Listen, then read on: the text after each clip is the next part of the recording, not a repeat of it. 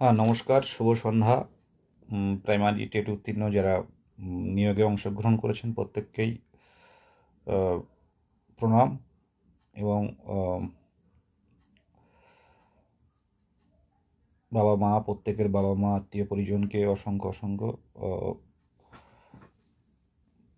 প্রণাম, শ্রদ্ধা, ভালোবাসা জানিয়ে বেশ কিছু কথা বলবো। যারা লাইভ দেখছেন প্রত্যেকেই যে শিক্ষক নিয়োগে অংশগ্রহণ করেছেন এমনটা নয়।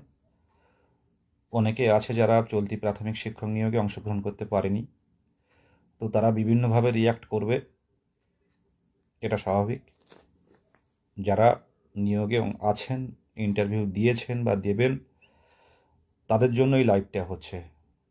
আমার সাউন্ড যদি শুনতে পান একটু কেউ একটু জানাবেন।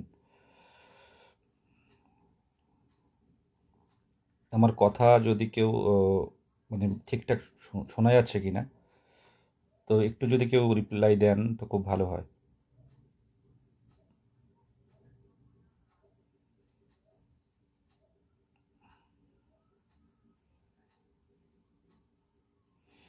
প্রশ্নের সব উত্তর দেব ধীরে ধীরে, তবে সম্পূর্ণটাই আমার মানে অভিজ্ঞতার ভিত্তিতে এবং আমার ধারণা, যেগুলো কখন কি হবে বা কি হতে চলেছে বা সামনের দিনে কি হবে সে বিষয়গুলো নিয়ে। এই বারে বারে ফোন আসছে। Thank you Gautam Roy, thank you. কেটে কেটে আসছে, তার কারণ হচ্ছে আমার ফোন ঢুকছে বারে বারে, কেটে দিচ্ছি তারপরেও ঢুকছে। কারোর সার্টিফিকেট হারিয়ে গেছে, কারোর অ্যাপ্লিকেশন ফর্ম পাচ্ছেন না, 23 স্টেটের কারো টেট সার্টিফিকেট কেউ ডাউনলোড করতে পারেনি, বিভিন্ন সমস্যার মধ্যে অনেকেই ফোন করছে। যাই হোক, আহ, প্রত্যেককেই সশ্রদ্ধ প্রণাম। আগামী দিনের শিক্ষক শিক্ষিকা।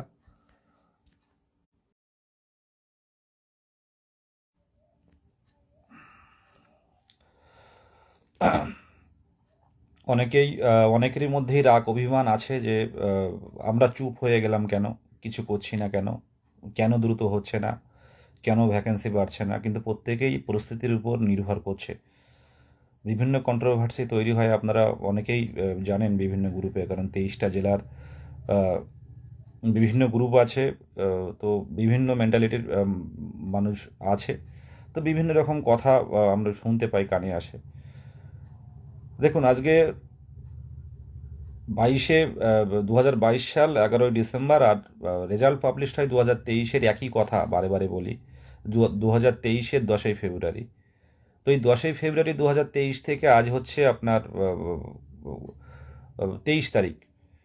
তো 23শে ফেব্রুয়ারি 2026, প্রায় 3 বছর। তো নিয়োগ হয়নি, কোনো ভ্যাকান্সি দেওয়া হচ্ছিল না। তো হঠাৎই আমরা বিভিন্নভাবে কর্মসূচির মাধ্যমে মাননীয় মুখ্যমন্ত্রীর দৃষ্টি আকর্ষণ, কারণ আমরা প্রত্যেকেই দীর্ঘ বঞ্চনার শিকার। তো আমরা শেষমেশ 25শে সেপ্টেম্বর 2025 সাল, মানে পুজো ছুটির দিনেই, যেদিন ছুটি পড়ে সেই দিনেই নোটিফিকেশান এলো। 2 মাস পাকা আমাদের কোনো নিয়োগ প্রসেস এগোলো না। 2 মাসের পর ধীরে ধীরে এগোনো হলো। এখনও পর্যন্ত যে ইন্টারভিউ বেশ কয়েকটা জেলা হয়েছে, আপনারা হয়তো অনেকেই ভাবছেন যে অনেক জেলা হয়ে গেছে, কিন্তু জেলার উপরে এটা নির্ভর করে না।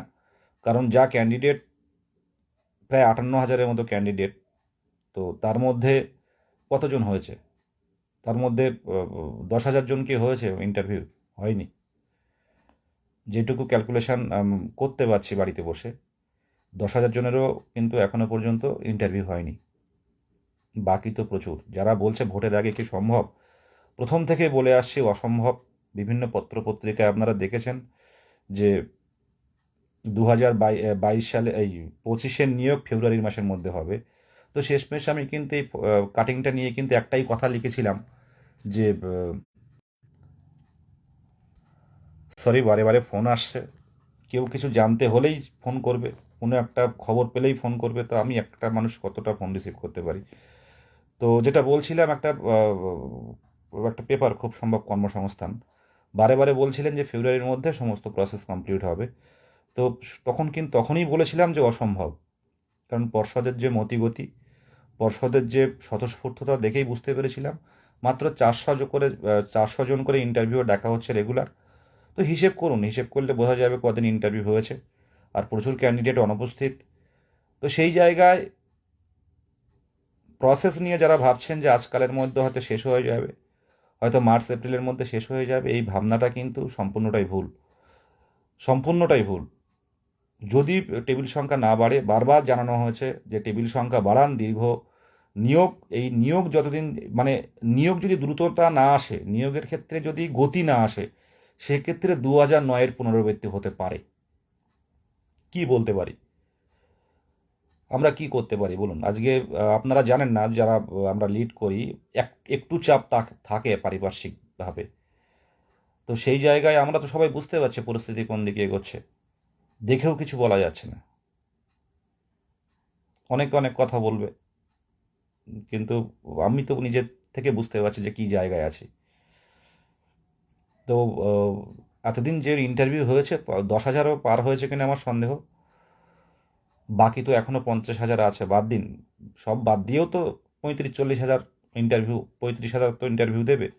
তো সেইগুলো যে প্রসেস, 10 দিনের ডিউরেশন রেখে 500 করে 3-5 1500 থেকে 2,000 জনের ইন্টারভিউ ডাকা হচ্ছে। শুধু জেলা দেখে আপনারা বিচার করবেন না যে জেলা হয়ে যাচ্ছে মানে একটা একটা পার্ট বেরিয়ে যাচ্ছে। বড় জেলা বলতে গেলে যেগুলো আপনারা প্রত্যেকেই জানেন, 24 পরগনা, এদিকে আপনার মুর্শিদাবাদ, মালদায় কম হতে পারে, নদিয়া, হুগলি, এগুলো তো বড় জেলা। এগুলো যখন শুরু হবে, যদি এই টেবিল সংখ্যা থাকে, কতদিন প্রসেস এগোবে আপনারা তখনই বুঝতে পারবেন। আমি এর আগেই বলেছি 2009-এর পুনরাবৃত্তি হতে পারে এটা। তো সেই জায়গায় দাঁড়িয়ে দেখুন আমরা কি করতে পারি। আমরা চাকরি প্রার্থীরা সরকারের উপরে তো কেউ নয়। সরকারের স্বতঃস্ফূর্ততা, সরকারের সদিচ্ছা, এটা কিন্তু নির্ভর করে। এর আগে ইন্টারভিউয়ের দাবিতে, এর আগে নিয়োগের দাবিতে বারে বারে কর্মসূচির ডাক দিয়েছি, কিন্তু সেই নিয়োগ হলো, ভ্যাকান্সি দেওয়া হলো, যতটুকুই দিক দেওয়া হয়েছে, সেই প্রসেস যদি ঢিলেমি হয়, সেক্ষেত্রে আপনি কি করতে পারি? অনেকেই বলছেন যে রাজপথে নামা হোক। এই মাধ্যমিক পরীক্ষা গেল, উচ্চ মাধ্যমিক পরীক্ষা চলছে প্রায় শেষের দিকে, সব ভাবনা আছে। অনেক সময় কি জানেন তো, কিছু মানে ইচ্ছে থাকলেও কোনো কিছুর উপায় হয় না। আজকে এই প্রসেস যদি চলে, কত মানুষের কত কিছু আটকে আছে, এই জিনিসটা হবে কি হবে না, ইয়েস আর নো, কত আটকে আছে, কত কিছু একটা একটা দিন পেরিয়ে যাচ্ছে। আমরা কি প্রত্যেকেই ভালো আছি? আর আমাদের সাথে আমাদের মা বাবা কেউই কি ভালো আছে? এত দীর্ঘ হবে কেন? যত দ্রুত করা ভালো মন্দ, তারপর নতুন নোটিফিকেশান আসুক, আরও কিছু ভ্যাকান্সি দিয়ে আরও নিয়োগ হোক, এই জায়গাটা করলে তো আমরা মানসিক দিক থেকেও শান্তি পেতাম। সরকার তো সব দিকে সবই করছে, আমাদের তো বিরোধিতা নেই। আর বিরোধিতা, বিড়ম্বনায় ফেলা বা খারাপভাবে প্রচার করা সরকারের বিরুদ্ধে, এটাও তো আমাদের কাজ নয়। কিন্তু দীর্ঘদিন যখন একটা ন্যায্য দাবি যখন দিনের পর দিন আটকে থাকে, তখন তো প্রতিবাদ ছাড়া আর কিছু করার থাকে না।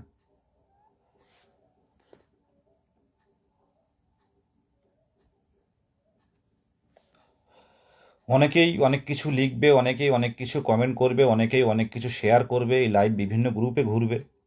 তো আমরা বুঝতে পারছি পরিস্থিতিটা কোন দিকে যাচ্ছে।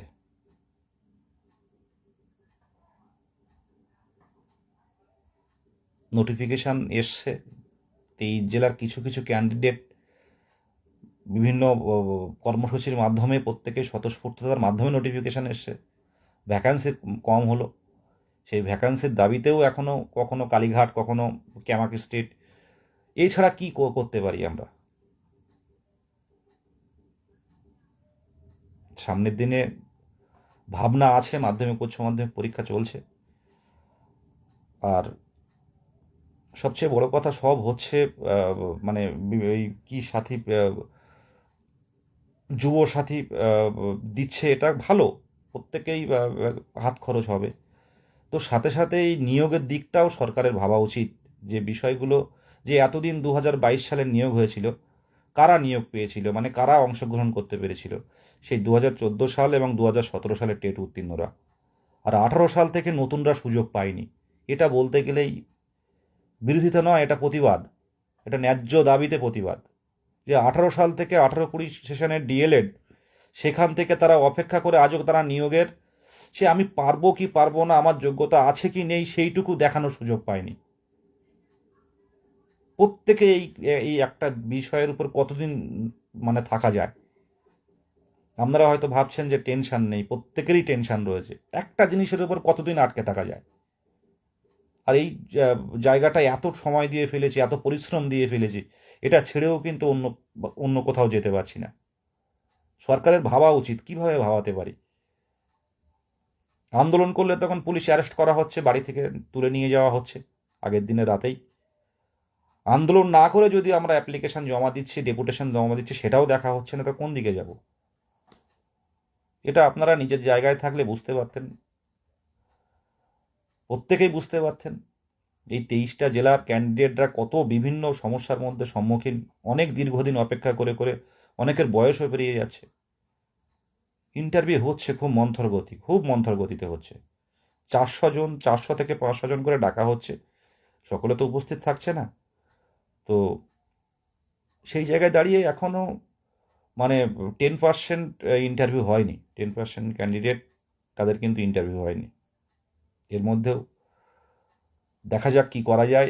উচ্চ মাধ্যমিক পরীক্ষা শেষ হচ্ছে, আর নির্বাচনের মধ্যে আশা রাখছি নির্বাচনের মধ্যে হয়তো ইন্টারভিউ চলবে, যদি কমিশন আগে থেকে কিছু না জানায়, নির্বাচন কমিশন। কারণ অনগোয়িং প্রসেস এর আগেও দেখেছি আমরা পিএসসি কিংবা আদার্স অনেক পরীক্ষার ক্ষেত্রে, যে ভোটের আগে পরে এই কয়েকটা দিন হয়তো ফাঁকা থাকে, ভোটের দিনটা বন্ধ থাকে, ইন্টারভিউ চালাতে পারে। কিন্তু টেবিল সংখ্যা বাড়ছে কিনা যেটুকু বুঝতে পারছি, দেখুন বাড়ার তো কথা। কারণ 2022-এর নিয়োগের ক্ষেত্রে আমরা দেখেছিলাম প্রথমে যেটুকু শুরু করেছিলেন, আস্তে আস্তে সেই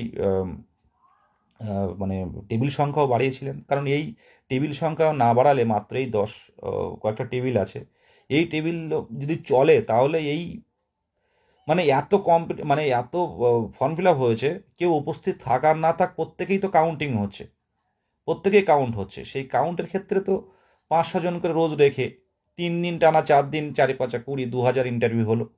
তার মধ্যে ভাবুন 1500 যুক্ত হলো, তো কাউন্টিং যেটা হবে 2000। তো এই 2000 করে হলে 58,000 কতদিন লাগবে একটু ভেবে দেখুন।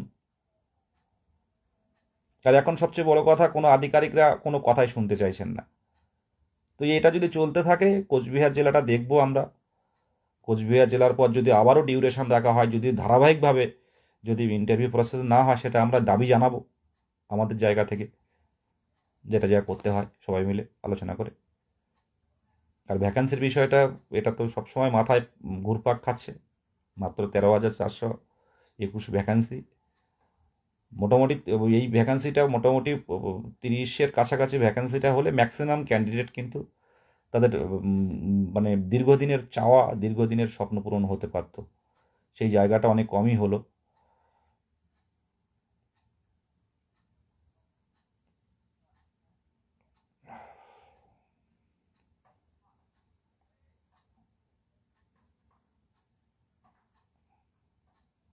একদমই দাদা, যেভাবে ইন্টারভিউ হচ্ছে 2026-এ নিয়োগ হবে বলে মনে হয় না, প্লিজ বলো। এইভাবে যদি চলতে থাকে তাহলে সময় লাগবে এটা ইন্টারভিউ প্রসেস শেষ হতে। অনেকে বলছে নদিয়া কবে হবে দাদা, মুর্শিদাবাদ কবে হবে। দেখুন, এখন তো যেহেতু প্রসেস চলছে, এইগুলো সম্পূর্ণটাই মানে বোর্ড কিংবা গভর্নমেন্ট জানে।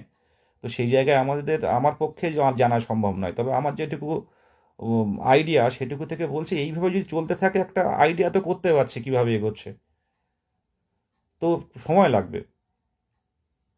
আর এই বিভিন্ন ইউটিউব চ্যানেল, তারা বিভিন্নভাবে তুলে ধরছে, এই হয়তো আবার ইন্টারভিউ শুরু হবে। তো এটা সবগুলোই ঠিক নাই, অনেকের আইডিয়া, অনেক কিছু দেখেছি সামনের দিনে। 23 স্টেটের রেজাল্ট 2-3 বার বের করে দিয়েছে এমন চ্যানেল আছে, বিভিন্ন ইউটিউব, বিভিন্ন পেজ। আর সত্যি কথা বলতে কি, প্রাইমারিটা নিয়ে না আমাদের এই 2022-এর এই মানে স্বচ্ছতা নামটা না নজর লেগেছে। একটা কথা বলে না অনেকে, গ্রাম অঞ্চলে শুনতে পাবেন। তো কিছু মানুষ এটা নিয়ে ফেসবুক, ইউটিউব ভালোই করছে আমাদেরকে নিয়ে, কিন্তু আমরা যারা মানে সত্যি এর মধ্যে ঢুকে আছি, পড়াশুনো করছি, আর প্রত্যেকটা দিন যাচ্ছে, আমরা যে কত চাপে আছি। আর বিভিন্ন চ্যানেল ইউটিউব, তারা তাদের মতো বিভিন্ন ভিডিও করে যাচ্ছে ফেসবুকে, তো এই আশায় চাষা মরে, এরকম একটা ব্যাপার। আর একটা কথা, একটা কমেন্ট এসছে যে এনওএস নিয়ে কি বলবো। আমার পরিচিত অনেক বন্ধুরা এনওএস আছে, এনওএস থেকে ডিএলএড করেছেন। তো সুপ্রিম কোর্টের অর্ডারে এনওএস বৈধ। আর প্রথমও বলেছি, এমনও বলছি, অনেকেই বন্ধু বান্ধবী ফোন করেন, দাদা আপনি এমন নোটটা কেন করছেন। আমি কিছু ব্যক্তিগতভাবে কিছু করছি না, প্রত্যেকের প্রতি সমবেদনা আছে, আমাদের কথা শুনেও কিছু হয় না। তো ও, আইনি পথে আপনারা চেষ্টা করুন, যারা আছেন, অনেক বন্ধু আছে আমার। আমাদের দিক থেকে মানে যে পার্সোনালি আপনারা বিভিন্নভাবে যারা অংশগ্রহণ করতে পারছেন না, তো আমাদের ব্যক্তিগতভাবে এই সমস্যাটা মানে আমাদের মধ্যে নিয়ে আসবেন না, ব্যক্তিগত পর্যায়ে নিয়ে আসবেন না, কারণ কেউই মানসিক পরিস্থিতি কারোরই ভালো না। আর সবচেয়ে বড় কথা, দীর্ঘদিন অপেক্ষা করে থেকে কেউ যদি কোনো নিয়োগ থেকে বাদ চলে যায়, রিজেক্ট হয়ে যায়, এটাও কিন্তু একটা অনেক যন্ত্রণার।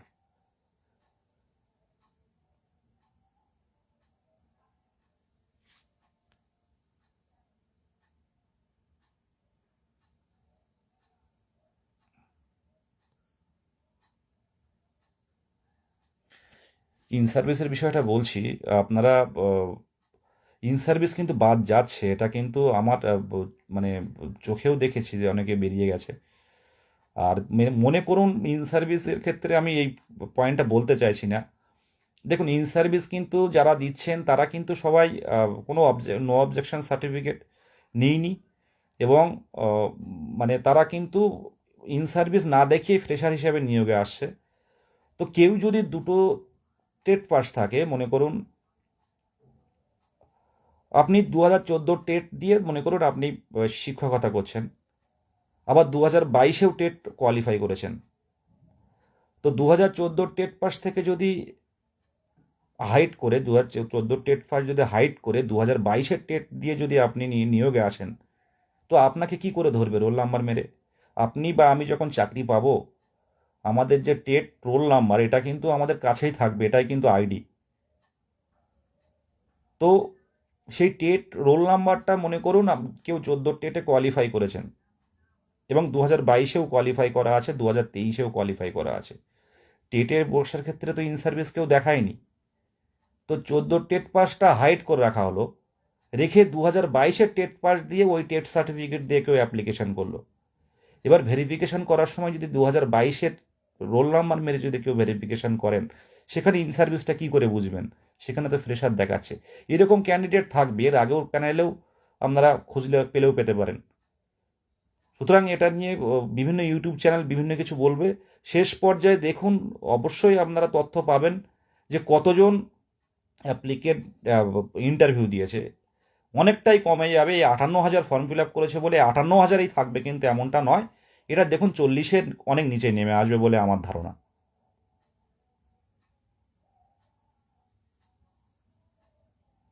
ভ্যাকান্সি আর 10,000 ভ্যাকান্সি বৃদ্ধির ক্ষেত্রে এটা খুব দরকার ছিল।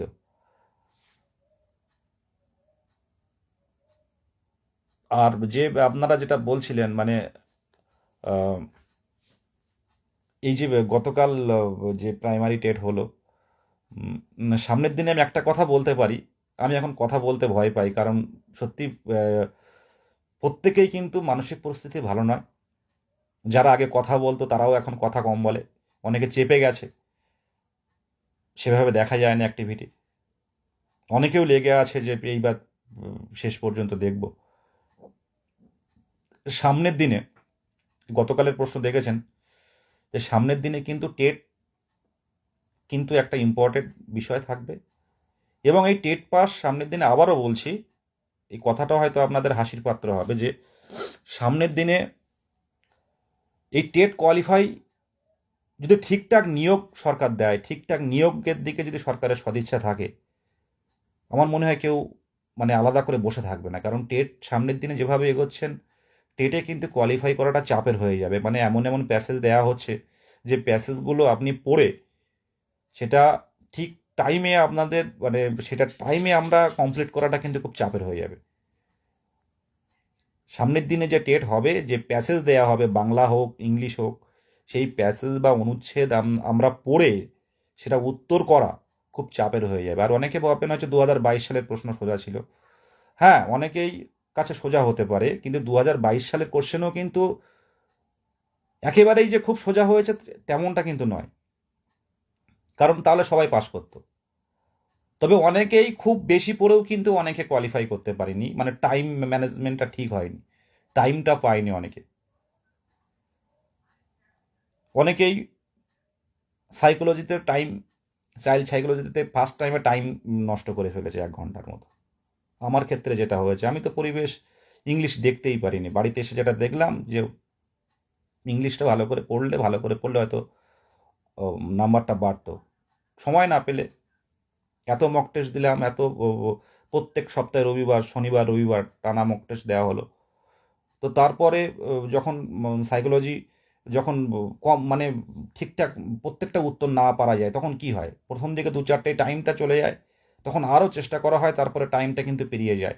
এবার যারা যেটা পারেনি রেখে দিয়ে অন্যটা ধরেছে, তারা কিন্তু স্কোরটা অনেকটাই বাড়িয়ে নিতে পেরেছে।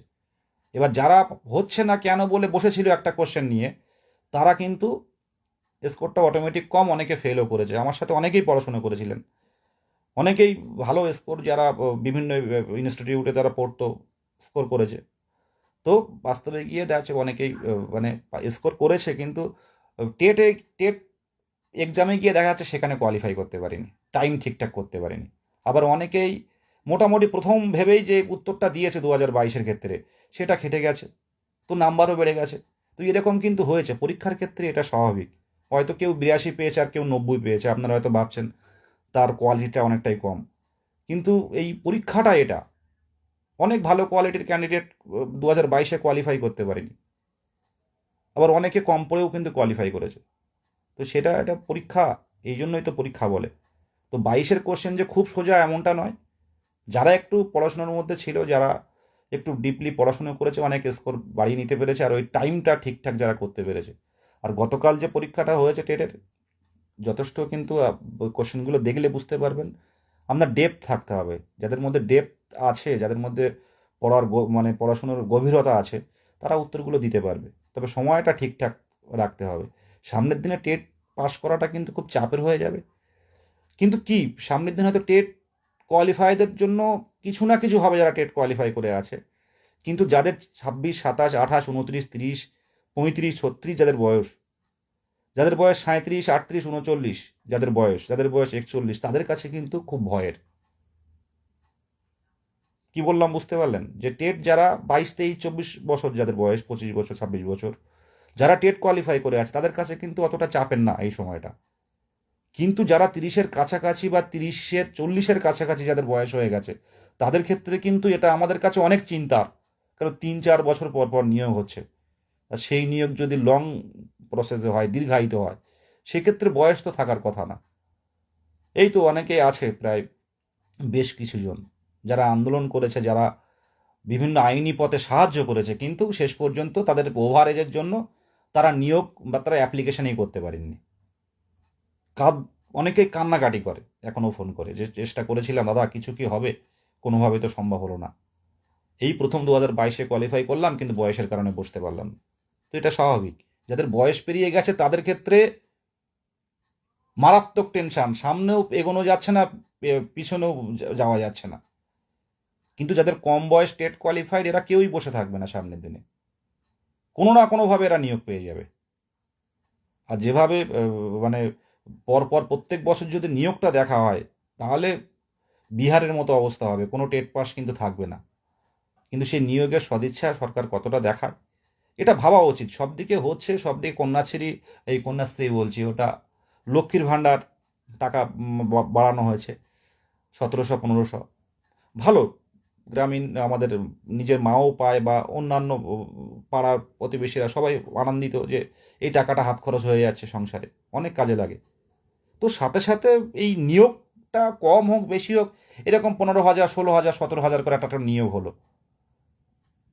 তো এটা যদি বছর বছর হয়, সেক্ষেত্রে কিন্তু এই মানে কি বলে, এই অসন্তোষটা থাকবে না সোশ্যাল মিডিয়াতে, যে চাকরি প্রার্থীদের আন্দোলন, তো এইগুলো কিন্তু থাকবে না। এটা সরকারের একটু ভাবা উচিত, দেখা উচিত, যে আর সবচেয়ে বড় কথা, এখন প্রাথমিক শিক্ষক নিয়োগের ক্ষেত্রে কোনো জটিলতা নেই। দেখা যাক স্যাংশন পোস্ট করা হয় কিনা, কারণ আমার যেটুকু ধারণা যে প্রাইমারিতে যে পঞ্চম শ্রেণী ইনক্লুড করা হয়েছে, করা অলরেডি হয়ে গেছে, অলরেডি নিউ সেশনে ভর্তি নিয়েছে অনেক স্কুলে। তো এই ক্ষেত্রে সরকার চাইলে এটা দেখিয়ে দিতে পারেন যে নতুন পোস্ট আমার দরকার, নতুন স্যাংশন দরকার। এটা সরকার চাইলে যে কোনো মুহূর্তে, হঠাৎ করে তো পোস্ট ক্রিয়েট করা যায় না, এর আগের লাইভে বলেছি যে হঠাৎ করে পোস্ট ক্রিয়েট করলে আইনি জটিলতায় পড়তে হবে, মানে পোস্ট হঠাৎ করেই বের করলে। কিন্তু একটা কিছু দেখিয়ে যে এই পঞ্চম শ্রেণী ইনক্লুড করা হয়েছে প্রাইমারিতে, এই এত এত স্কুলে 2213টি স্কুলে, তো এখানে আমাদের শিক্ষক প্রয়োজন, নতুন পোস্ট স্যাংশন হবে। এটা একমাত্র নবান্ন, একমাত্র মুখ্যমন্ত্রীর অর্ডারের ভিত্তিতেই হয়। আর আমাদের সবচেয়ে দুর্ভাগ্য যে মাননীয় মুখ্যমন্ত্রী আমাদের প্রসেসটা আরও এগোনোর ক্ষেত্রে একটা বাক্য প্রয়োগ করলেন না। আমরা চাই যে একটা নির্বাচিত সরকারের কাছে আমরা চাকরি প্রার্থীরা কি আশা করতে পারি, একটা কর্মসংস্থান পেতে পারি দীর্ঘদিন অপেক্ষার পর, সুযোগটুকু পেতে পারি সময়ে। অনেকেই আটকে আছে, অনেকের বিয়ে থা হবে, অনেকের অপেক্ষায়, যে হলো দেখা যাক না শেষ পর্যন্ত, এটা হলে তারপর অন্য একটা পথ বেছে নেব, সেই জায়গাটা তো আসছে না। এই একটা মানসিক চাপ অন্যরকম, এ যে ফিল করে সেই বুঝতে পারে, যাদের এই 33-34 আমাদের মতো এরকম বয়স, যাদের 31-32-33-34 যাদের বয়স, তো তাদের ক্ষেত্রে কিন্তু অনেকটাই চাপের। আর 40-এর কাছাকাছি তো আরও চাপের, এটা আমরা প্রত্যেকেই বুঝতে পারছি। যাই হোক, প্রত্যেকেই আগামীকাল কোচবিহার জেলার ইন্টারভিউ, প্রত্যেকেই ডবল জেরক্স করে নিয়ে যাবেন। আর যা যা দেওয়া রয়েছে জেরক্সগুলো করবেন, ওখানে জেরক্সের চিন্তা করবেন না। আর যদি কেউ জেরক্স নাও করে নিতে পারে, আনন্দলোক হসপিটাল রয়েছে, ওর মধ্যে একটা জেরক্স আছে, আর সেটাও যদি বন্ধ থাকে তাহলে আপনারা প্রাইমারি শিক্ষা পর্ষদের পিছন দিকে একদম বাজারে চলে যাবেন। বাজারের প্রথম ফুলের দোকান আছে, ওর পাশে একটা জেরক্স আছে, যদি সেটাও না থাকে তার ভিতরে গিয়ে আর একটা জেরক্স আছে, ওটা সারাদিন খোলা থাকে। তো আপনারা ইন্টারভিউ দিন, আর সামনের দিনে কি হচ্ছে দেখা যাক। এই উচ্চ মাধ্যমিক পরীক্ষাটা শেষ হোক, আর কোচবিহার জেলার ইন্টারভিউ দেওয়ার মানে কমপ্লিট হওয়ার পর দেখবো যে পরবর্তী ইন্টারভিউ আসছে কিনা। নিশ্চয়ই একটা অ্যাপ্লিকেশান, মানে যেহেতু এখনও নির্বাচন দেরি আছে, একটা মনে হচ্ছে আমার যে একটা জেলা, বড় জেলা হয়তো ধরলেও ধরতে পারেন। দেখা যাক কি হয়। প্রত্যেকে ভালো থাকবেন। আমরা সত্যি এই পরিস্থিতির শিকার। আপনারা হয়তো ভাবছেন যে কি কেন করছে না বিদেশদার বা ঐক্যমঞ্চের, যে এত গতি ছিল, এত থেমে গেল কেন? অনেকটাই পরিস্থিতির চাপে, বিশ্বাস রাখুন, বিশ্বাস করুন, অনেকটাই পরিস্থিতির চাপ, পারিপার্শ্বিক চাপ, সবগুলো সোশ্যাল মিডিয়াতে বলা যায় না। তবুও সামনের দিনে শেষ পর্যন্ত দেখব, শেষ পর্যন্তই আছি, শেষ পর্যন্তই কথা দিচ্ছি, এই ন্যায্য অধিকারের দাবিতে কিন্তু লড়ে যাব আমরা। ন্যায্য এবং প্রত্যেকেই প্রশিক্ষণ ট্রেন ক্যান্ডিডেট, এবং প্রত্যেকেই এনসিটির গাইডলাইন মেনে পশ্চিমবঙ্গের বুকে 2022-এর টেট প্রত্যেকেই জানি আমরা। তো এই ন্যায্য দাবিতে কিন্তু থাকছি, পাশে থাকবেন প্রত্যেকে, এটুকু বলছি। সময়টা হয়তো কঠিন যাচ্ছে, হয়তো যে কোনো সময় পরিবর্তন হতে পারে, যে কোনো কিছু, ভেঙে পড়বেন না। অনেকেই মেসেজ করেন, ফোন করেন, দাদা আর পাচ্ছি না, জীবনটা হয়তো এবার ছেড়ে দিতে হবে। অনেকেই ডিপ্রেশনের ওষুধ খান, রাত 1টার সময় মেসেঞ্জারে মেসেজ। তো এরকম ক্যান্ডিডেট কিন্তু প্রচুর মানে মেসেজ করে, কথা বলি, ফিল করি তাদের অবস্থার কথাটা। কেউ ভেঙে পড়বেন না, হয়তো এখন হচ্ছে না, হয়তো 1 মাস পরে খুব গতিতে ইন্টারভিউ হচ্ছে, হয়তো হঠাৎ করে কিছু ভ্যাকান্সি বেড়ে যেতে পারে, হয়তো যে কোনো মুহূর্তে পরিবর্তন হতে পারে। কেউ ভেঙে পড়বেন না। আপনারা জানেন যে এর আগে 2022-এ, এই 2017 টেট, আমার খুব কাছের বন্ধু, যাকে আমি নিজে মানে মানে এই যে 2017 সাল থেকে তাকে আমি মানে যখন কর্মসূচি করতাম, ও পাশে থাকতো। তো ও 82 পেয়েছিল টেটে, রাজু গাজী মসলন্দপুর, 82 পেয়েছিল। তো 82 পাওয়ার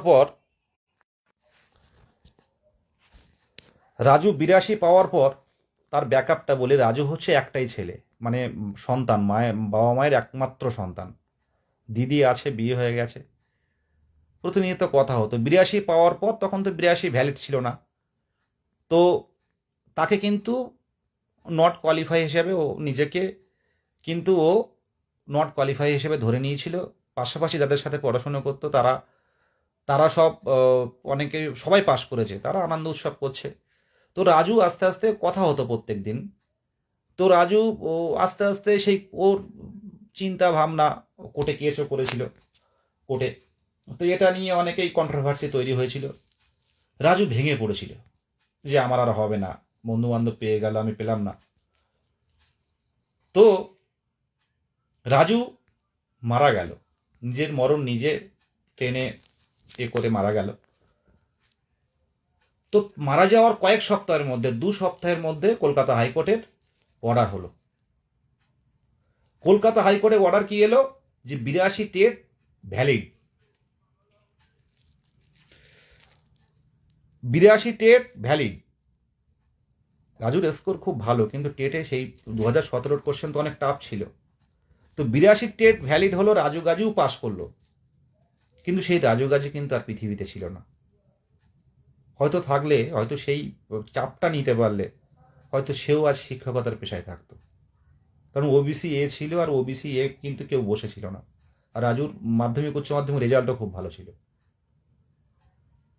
টেট সার্টিফিকেট পেল বাড়িতে, টেট কোয়ালিফাইড, কিন্তু যে মানুষটা ইন্টারভিউ যাবে সেই মানুষটাই কিন্তু নেই। তাই এই পরিস্থিতিটা সম্মুখীন হতে হবে, পরিস্থিতিটা সামনে নিজেকে লড়াই করতে হবে। এই অবস্থায় একরকম সবার অবস্থা থাকবে না, পরিবর্তন ঠিক হবে। আর পরিশ্রম কোনোদিন বিফল হয়ে যায় না। আমাদের থেকে আমি অনেক মানে দেখেছি, যারা পরিশ্রম করে তারা কিন্তু তাদের বিফল হয় না, মানে একটু পরে হলেও কিন্তু তারা মানে ঠিক বিচার পায়। দেখুন না, 2014 টেট, 2017 টেট, 2009 কারা বসে আছে।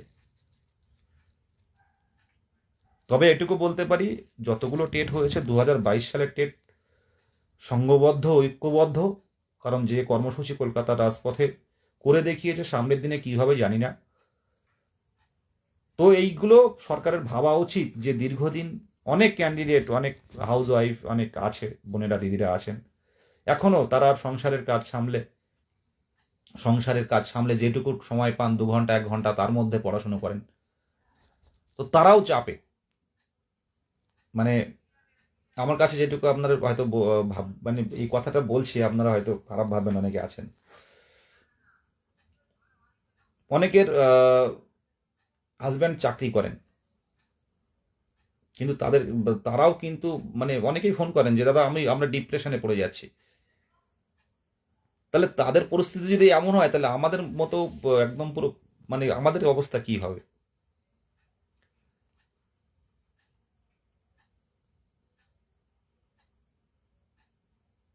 মাঝে মাঝে এই কথাগুলো মনে পড়ে।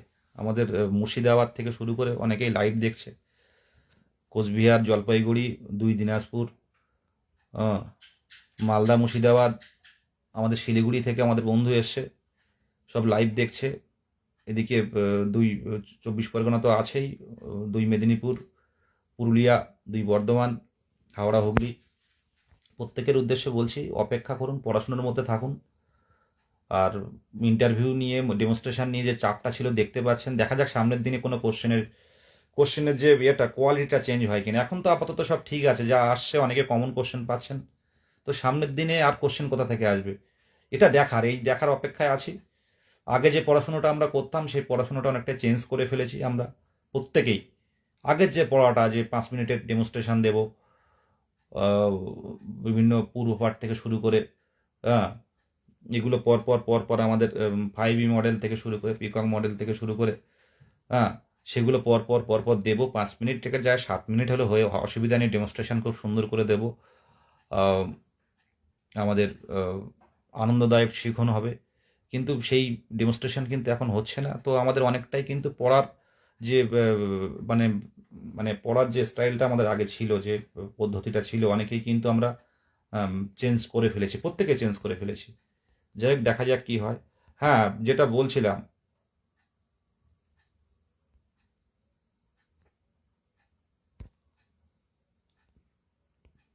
দেখুন অনেকেই বিভিন্ন কমেন্ট করছে। বারবার একটা কথা বলি যে এখানে কমেন্ট করে তো কিছু হবে না, নেগেটিভ কমেন্ট। কেউ বসতে পারলো না নিয়োগে, সেই রাগটা তো আমাদের পার্সোনালি দিলে হবে না,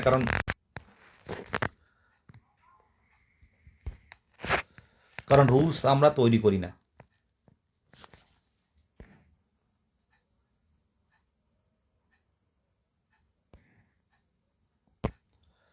যাক, প্রত্যেকে ভালো থাকবেন, প্রত্যেক বাবা মাকে সশ্রদ্ধ প্রণাম। সামনের দিনে অপেক্ষা করুন, ও অবশ্যই ভালো কিছু হবে। বিভিন্ন দিকে বিভিন্ন ক্যান্ডিডেটরা, যেহেতু 23টা জেলার ক্যান্ডিডেট, তারা দেখেন প্রত্যেকে যে টেট উত্তীর্ণ তা নয়। আপনারা একটা নেগেটিভ কমেন্ট দেখে হয়তো অনেকেই ভাববেন যে কি হলো। সব দিকে নজর আছে। ম্যাট 1594 থেকে শুরু করে আরও কিছু মামলা আমাদের করা আছে। সামনের দিনে দেরি করুন, এই ইন্টারভিউগুলো হোক। এখন তো মামলায় যদি আমরা অর্ডার পেয়েই যাই, তাহলে তো পরবর্তীতে তারা কম্পিটিশন করার সুযোগ পাবে, তারা আবার লড়তে অন্য বেঞ্চে চলে যাবে। ঠিক টাইমে সবগুলো দেখতে পাবেন, এটুকুই। ঠিক টাইমে দেখতে পাবেন। 2017 সালে টেট উত্তীর্ণরা প্রথম দিকে কতজন ছিল? 30,000-এর উপরে। সেটা পর কিন্তু কোথায় নেমে এসেছিল? প্রায় 20,000-এর নিচে নেমে এসেছিল। তো সেই জায়গাটা কিন্তু ভাবনার মধ্যে আছে। বিভিন্ন গ্রুপ আছে, যেহেতু দীর্ঘদিন পরে বসে আছি, তো আমরা তো ছোট্ট বিভিন্ন গ্রুপ তৈরি হয়েছে। তার মধ্যে যারা আছে, অনেকে নিয়োগে বসতে পারছেন না, তাদের জন্য আমার সহানুভূতি আছে। কারণ দীর্ঘদিন অপেক্ষা করে থাকা থেকে যদি নিয়োগ থেকে বাদ যায়, এর মতো যন্ত্রণা আর কিছু থাকতে পারে না। কিন্তু আমাদের একটা সাধারণ চাকরি প্রার্থী, আমাদের হাতে কি থাকতে পারে? এটুকুই। প্রত্যেকে ভালো থাকবেন, শুভরাত্রি। এখন আবার রান্না করতে হবে, তাহলে খাবো কি? আর যেটা বলতে ভুলে গেছি, যে পবিত্র রমজান মাস, প্রত্যেকেই এই এই ত্যাগের মাস, প্রত্যেকেই ত্যাগ করছেন সারাদিন না খেয়ে। হ্যাঁ, এটা ক্ষমার মাস। যদি ভুলভ্রান্তি হয়ে থাকে ক্ষমা করবেন।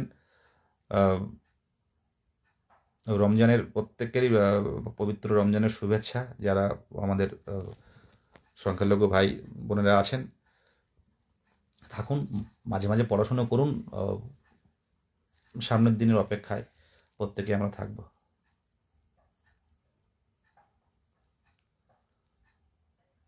হ্যাঁ, একজন বলছেন দাদা গৌতম পাল স্যার, স্যারের একটা নোটিফিকেশন দেখছিলাম।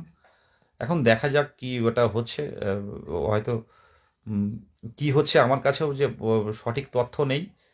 আজকেই তো নোটিফিকেশনটা বের হয়েছে, তো কাল দেখি। হুম, কালকে দেখি তো ওটা বিষয়টা কি হচ্ছে। আর সবচেয়ে বড় কথা, যে আগে তো কিছু জানতে পারতাম, কি হচ্ছে, আপনাদের পরিকল্পনা কি, কিভাবে এগোবেন। কিন্তু এই যে প্রসেস শুরু হওয়ার পর আর কিন্তু কাউকে কিন্তু ওখানে ঢুকতে দিচ্ছেন না। মানে বলছে যে এই টাইমটা তো ঢুকে কথা বলা ঠিক নয়, সবাই তো প্রসেসের মধ্যে আছেন। তো সেই জায়গাটাও আমরা কিন্তু কোনো খবর পাচ্ছি না। তবে কোচবিহার জেলার ইন্টারভিউটার অপেক্ষায় আছি, তারপরে কিন্তু পরবর্তী পদক্ষেপ আমরা নেব। আমরা আমাদের জায়গা থেকে আমরা একদম নিরপেক্ষ, পুরো কোনো রাজনৈতিক রং ছাড়া আমাদের এই সংগঠন 2022 সালে টেক বাই ডিআরডি ঐক্যমঞ্চ কোনো রাজনৈতিক দলের কোনো চেষ্টায় নয়। সম্পূর্ণ সাধারণ চাকরি প্রার্থী গ্রাম অঞ্চলের, তারাই গিয়ে জানতে চাইবে যে আপনাদের লক্ষ্যটা কি, কবে শেষ করতে চাইছেন। এটা আমাদের শিক্ষকের জায়গা। আমরা এমন একটা পেশায় যাচ্ছি, সেই জায়গাটা হচ্ছে একটা অন্যরকম পেশা, শিক্ষকতার পেশা। এখানে চলে না। এখানে কি বলে, এই বুকে চড় মেরে কোনো কথা বলা যায় না। এখানে আন্দোলন হয়, মানুষের সমস্যা ছাড়াই আন্দোলন হয়, শান্তিপূর্ণ আন্দোলন হয়। কারণ এই পেশাটা সম্পূর্ণ একটা সম্মানের পেশা। মানে একটা সমাজের প্রত্যেকটা মানুষ এই শিক্ষক পেশাকে সম্মান করে। তো সেই জায়গায় আমাদের আন্দোলনও সেই রকম হবে, আমাদের কথা, আমাদের চলাফেরাও তেমনটাই হবে। এটুকুই। হ্যাঁ, সর্দার সমর অবশ্যই দোয়া আশীর্বাদ রইল পবিত্র রমজান মাসের। পূর্ব মেদিনীপুর থেকে আমাদের দেবী, আমাদের ছোট বোন মেসেজ করছে, বিদেশ দা। এর আগেও লাইভে বলেছি যে কাকু আঙ্কেল এর আগেও কিন্তু অনেক আন্দোলনে এসছেন, উনি মারা গেছেন। এইবারে তারাও অনেক টেনশানে আছে।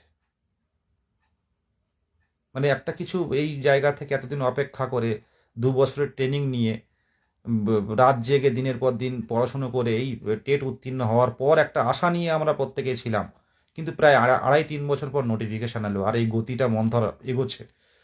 আমি তো সত্যি কথা বলতে কি, মাননীয় মুখ্যমন্ত্রী যদি, হ্যাঁ নাজিমুস ক্যানভাস ভাই, হ্যাঁ অনেক দোয়া রইল, যে 1 বা 2 মিনিট যদি আমি কথা বলার সুযোগ পেতাম, আমি 2 মিনিট কথা বলতাম। বিরোধী কেউ নয় তো আমরা, অনেকে হয়তো কথাটা শুনে অনেকে হাসি ঠাট্টা করে, কেউই সরকার বিরোধী নয়, আবারও জোর গলায় বলছি আমরা। অনেকে হাসি ঠাট্টা করেন, সরকার যা চাইবে তাই করবে, কিন্তু আমরা বলতে পারি। কিন্তু এটাও ঠিক নয় সরকারের যে দীর্ঘদিন একটা শ্রেণীকে, দীর্ঘদিন একটা মানে টেট উত্তীর্ণ একটা ডিএলএড প্রশিক্ষণ প্রাপ্তরা যারা অপেক্ষায় রয়েছে তাদেরকে একটা অবহেলা করা, উদাসীনতা দেখানো, এটাও ঠিক নয়। আমি বারবারই একটা কথা বলি, আমাদের যারা নেতৃত্ব দিয়ে আমাদের কিন্তু সব দিকে ভাবনা থাকে, সব দিকে ব্যালেন্স করে চলতে হয়। আমরা কেউই সরকার বিরোধী নয়, প্রত্যেকেই হবু শিক্ষক। আমরা চাকরি পেয়ে গেলে কালকে গেলে হয়তো ফেসবুক থাকবে না। এর আগেও যারা আন্দোলন করেছে, এর আগে কেউ কি ফেসবুক করছে, কেউ কি সোশ্যাল মিডিয়ায় এরকম লাইভ করছে? প্রত্যেকেই মানে একটা নিজে এস্টাবলিশড হয়ে নিজের মতো চলছে, স্কুলে যাচ্ছে, পড়াচ্ছে। তো সেই জায়গাটাও আমরা করতে চাই। কেন এই টাইমটা আমাদের এই একটা একটা খারাপ সময়ের মধ্যে যাবে, এই ফিল করানো যায় না কাউকে, যে এই যা লাইনে আছে তারাই বোঝে যে এই জায়গাটা কতটাই কষ্টকর জায়গা।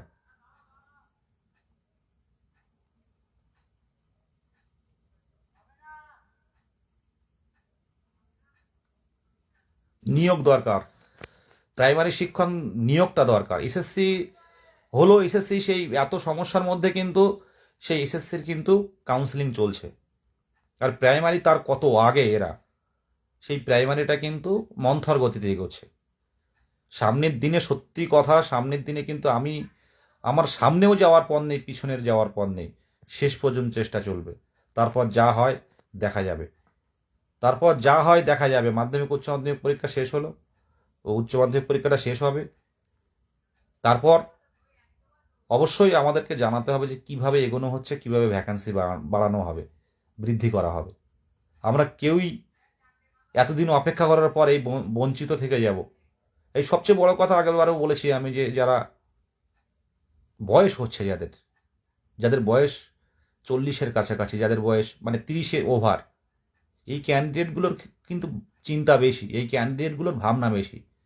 কারণ সামনের দিনে যেসব ডিএলএড, যারা আগে সরকারি কলেজে ডিএলএড করেছিল তাদের নাম্বার কত, নাম্বার নেই, কিন্তু এই বর্তমানে নাম্বার কিন্তু ভালোই পাচ্ছে ডিএলএডে। এবং যারা করোনার সময় মাধ্যমিক উচ্চ মাধ্যমিক, তাদের প্রচুর নাম্বার। এই 40 বছর, এই 39 বছরে 37-38, এই 41-42 বছরের ক্যান্ডিডেটরা এরা কোনোভাবেই কিন্তু কম্পিটিশনে আসতে পারবে না। তবে সামনের দিনে এটা ঠিক, এই রোস্টার এই এটা থাকবে না। আপনার হচ্ছে আমাদের যে নিয়মে যে এটা হচ্ছে, নিয়োগটা হচ্ছে, এই রুলস থাকবে না, এই রুলস চেঞ্জ হয়ে যাবে সামনের দিনে। হয়তো টেট, টিচার এলিজিবিলিটি টেস্ট, এটা কিন্তু ইম্পর্ট্যান্ট হয়ে দাঁড়াবে। ঠিক আছে, প্রত্যেকে ভালো থাকবেন।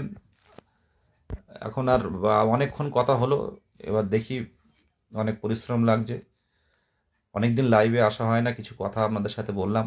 অনেকেই কথাগুলো শুনলেন, হয়তো কথাগুলো মূল্যবান, অনেকের কাছে মূল্য নেই, আবার অনেকের কাছে অনেক মূল্য আছে, সেটা আমি ফিল করতে পারি। কত ক্যান্ডিডেট 23টা জেলার বিভিন্ন প্রান্তে প্রান্তে, যেখানে হয়তো নামই জানি না আমি, সেখানকার ক্যান্ডিডেটরা কল করে, মেসেজ করে। হোয়াটসঅ্যাপে মেসেঞ্জারে তো প্রচুর মেসেজ আসে, রিপ্লাই দিতে পারি না, হয়তো দুটো কথা বললাম, আর বলা হলো না।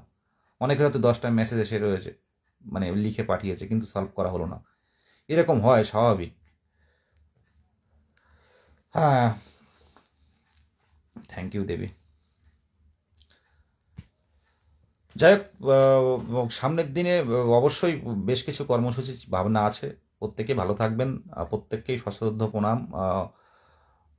চেষ্টায় থাকুন, পড়াশোনার মধ্যে থাকুন, টেনশন কম করুন, এটুকু বলে শেষ করলাম।